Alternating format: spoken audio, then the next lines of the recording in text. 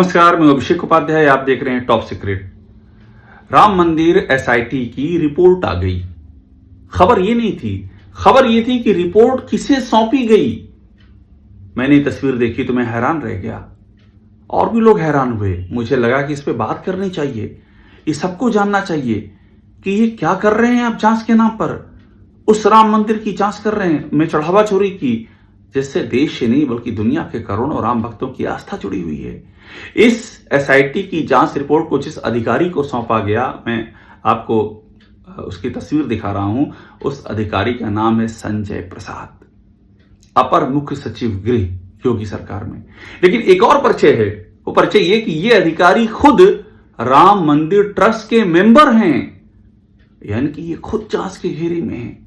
खुद इन पर भी ये जांच की आंच है वो आनी चाहिए। मगर आप देखिए तो जो व्यक्ति खुद जांच के घेरे में, उसको जाकर के एसआईटी की रिपोर्ट सौंपी जा रही है। एसआईटी के अधिकारी उसको रिपोर्ट कर रहे हैं। ये बात हमने पहले दिन से कही थी, जब एसआईटी बनी तभी हमने ये बात कही थी कि ये एसआईटी क्या जांच करेगी। ये तो यस सर कहने वाले हैं और यस सर करके हाथ बांध के खड़े रहने वाले लोग हैं। ये इसी सरकार के अधिकारी जो कि संजय प्रसाद को रिपोर्ट करते हैं, जो सीएम को रिपोर्ट करते हैं। ये क्या ये वही कहेंगे करेंगे जो इनको कहा जाएगा।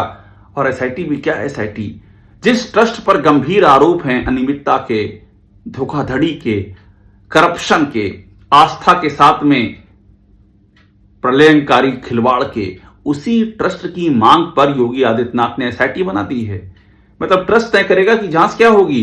यहां ईडी नहीं आएगी, यहां सीबीआई नहीं आएगी, यहां सुप्रीम कोर्ट की मॉनिटरिंग में भी जांच नहीं होगी। यहां ट्रस्ट कहेगा कि हमको एसआईटी दीजिए और योगी आदित्यनाथ उन अधिकारियों को, जो कि उनको छोड़ दीजिए, उनके अधीनस्थ संजय प्रसाद के सामने भी यस सर करते हैं, वो जांच करेंगे।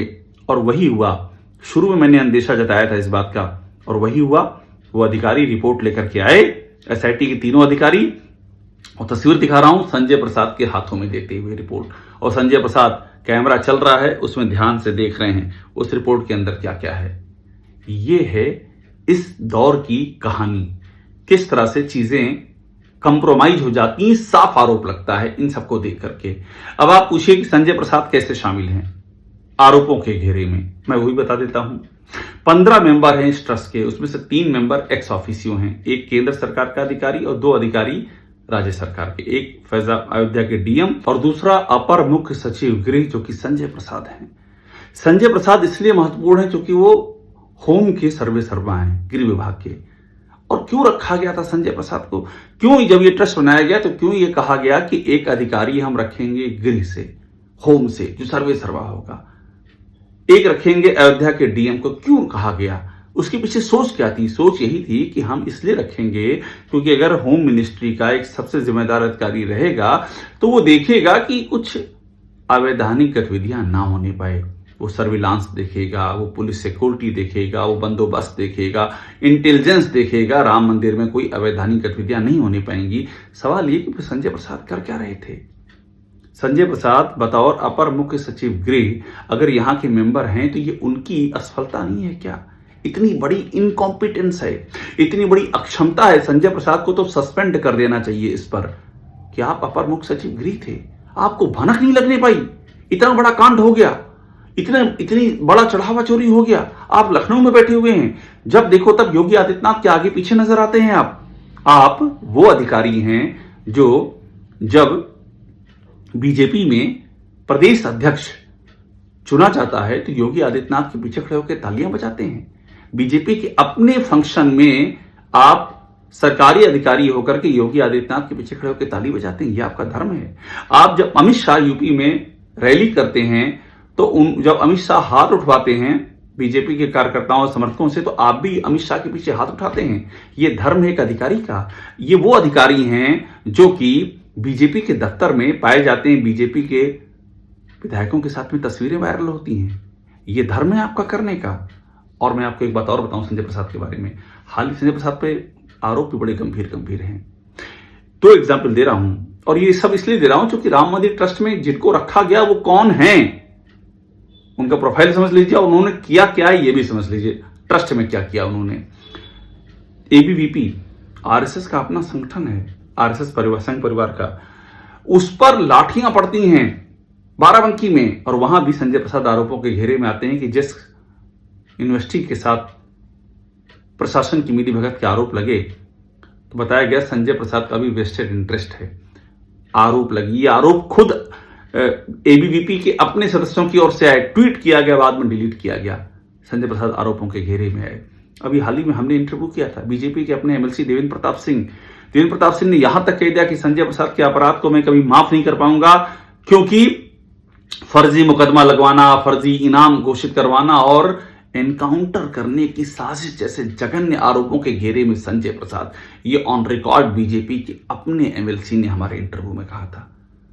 और बड़ी बात ये भी, संजय प्रसाद को विभाग क्या क्या है, गृह है, सूचना भी उन्हीं के अंडर में है। गृह सूचना के साथ मुख्यमंत्री के कार्यालय की जिम्मेदारी वही संभालते हैं, और बाकी तो और कितने लंबी लिस्ट है, प्रोटोकॉल से लेकर के गोपन और क्या क्या नहीं है। ऐसे अधिकारी को तो पलक झपकाने की फुर्सत नहीं होनी चाहिए, उसे अपने काम में मशगूल होना चाहिए। यूपी में लॉ एंड ऑर्डर धराशायी है, ध्वस्त है। इतनी मर्डर की वारदातें एक के बाद एक हो रही हैं कि आप उनके बारे में विश्लेषण करेंगे तो आप सन्न रह जाएंगे कि उत्तर प्रदेश में चल क्या रहा है। और संजय प्रसाद जब देखो तब योगी आदित्यनाथ के आगे पीछे। सवाल तो ये उठता है कि आप अपना काम करते कब हैं? कब आप सूचना पे काम करते हैं? कब आप गृह पे काम करते हैं? कब आप मुख्यमंत्री कार्यालय संभालते हैं? कब आप गोपन, कब आप प्रोटोकॉल और तमाम विभाग कब देखते हैं आप? और राम मंदिर ट्रस्ट में आप क्या कर रहे थे? आपकी तो सीधी जिम्मेदारी थी ना कि वहां पर ऐसी गतिविधियां ना होने पाए। सीसीटीवी की मॉनिटरिंग में कुछ नहीं निकला, क्यों? कौन मॉनिटरिंग कर रहा था वहां पर? इतनी सारी पुलिस तैनात थी, वो किससे रिपोर्ट कर रही थी? आप गृह विभाग के मुखिया किस लिए हैं? जब आपको रखने का मकसद ये था, बतौर अपर मुख्य सचिव गृह वहां रखा गया, जो भी बने, आप थे तो आपकी बात कर रहे हैं। इसके पहले अवनीश अवस्थी थे, उनकी भी बात होगी, लेकिन वर्तमान में आप थे जब ये घटना घटी है, तो इसलिए रखा गया था ना कि नजर बना के रखेंगे। आपकी नजर कहां थी? योगी आदित्यनाथ के आगे पीछे।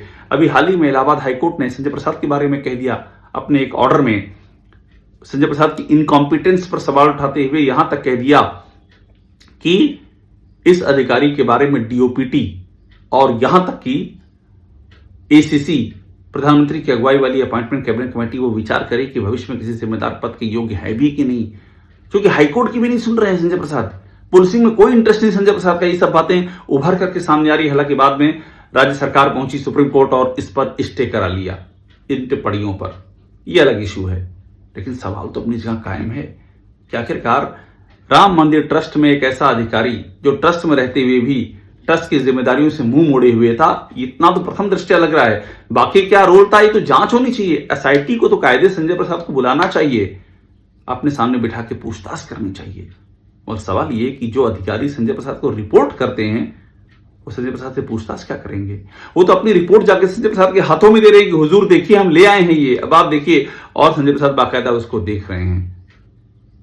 एक पुराना शेर है सुदर्शन फाखिर का कि मेरा कातिल ही मेरा मुंसिफ है, क्या मेरे हक में फैसला देगा। यानी कि जिसने चीजें बिगाड़ी हैं उसी को आपने जिम्मेदारी सौंप दी है कि बिगाड़ने वाले का पता ढूंढो, वो क्या फैसला देगा। संजय प्रसाद पर इस मामले में मैं बिल्कुल ये नहीं कह रहा हूं कि संजय प्रसाद इस चढ़ावा चोरी में कहीं से हिस्सेदार या शामिल है, कतई ये कहने का आशय नहीं है। मगर संजय प्रसाद जांच के दायरे में तो है ही है। कैसे नहीं होंगे वो जांच के दायरे में? इतना महत्वपूर्ण जिम्मेदारी देते हुए भी जो व्यक्ति साइलेंट है, जिसने कुछ नहीं किया, अगर किया होता ये घटना नहीं घटती, और जो ओन नहीं कर रहा है अपनी जिम्मेदारी को, उसी को एसआईटी की रिपोर्ट सौंपी जा रही, तो सवाल क्यों नहीं उठेगा? और इसीलिए हम बार बार कह रहे हैं कि राम मंदिर पर नजर बना के रखिए। प्रभु श्री राम की मर्यादा का सवाल है, प्रभु श्री राम के आदर्शों का सवाल है, और जिनके हाथों में ये मर्यादा और इन आदर्शों का कॉपीराइट है, उनको अच्छे से देखिए, उनसे पूछिए, जब प्रभु श्री राम के मामले में ये कर रहे हो तो आम जनता के लिए क्या करते होगे? टॉप सीक्रेट को देखते रहिए, लाइक कीजिए, इसे सब्सक्राइब जरूर कर लीजिए। प्रभु श्री राम के मंदिर में हुई चढ़ावा चोरी की खबर हमने ब्रेक की, इसके सारे किरदार हमने आपके सामने रखे, और हम इससे जुड़े सारे पहलू आपके सामने रखते रहेंगे। लगातार प्रभु श्री राम की मर्यादा की रक्षा हो, उनकी मर्यादा कायम रहे।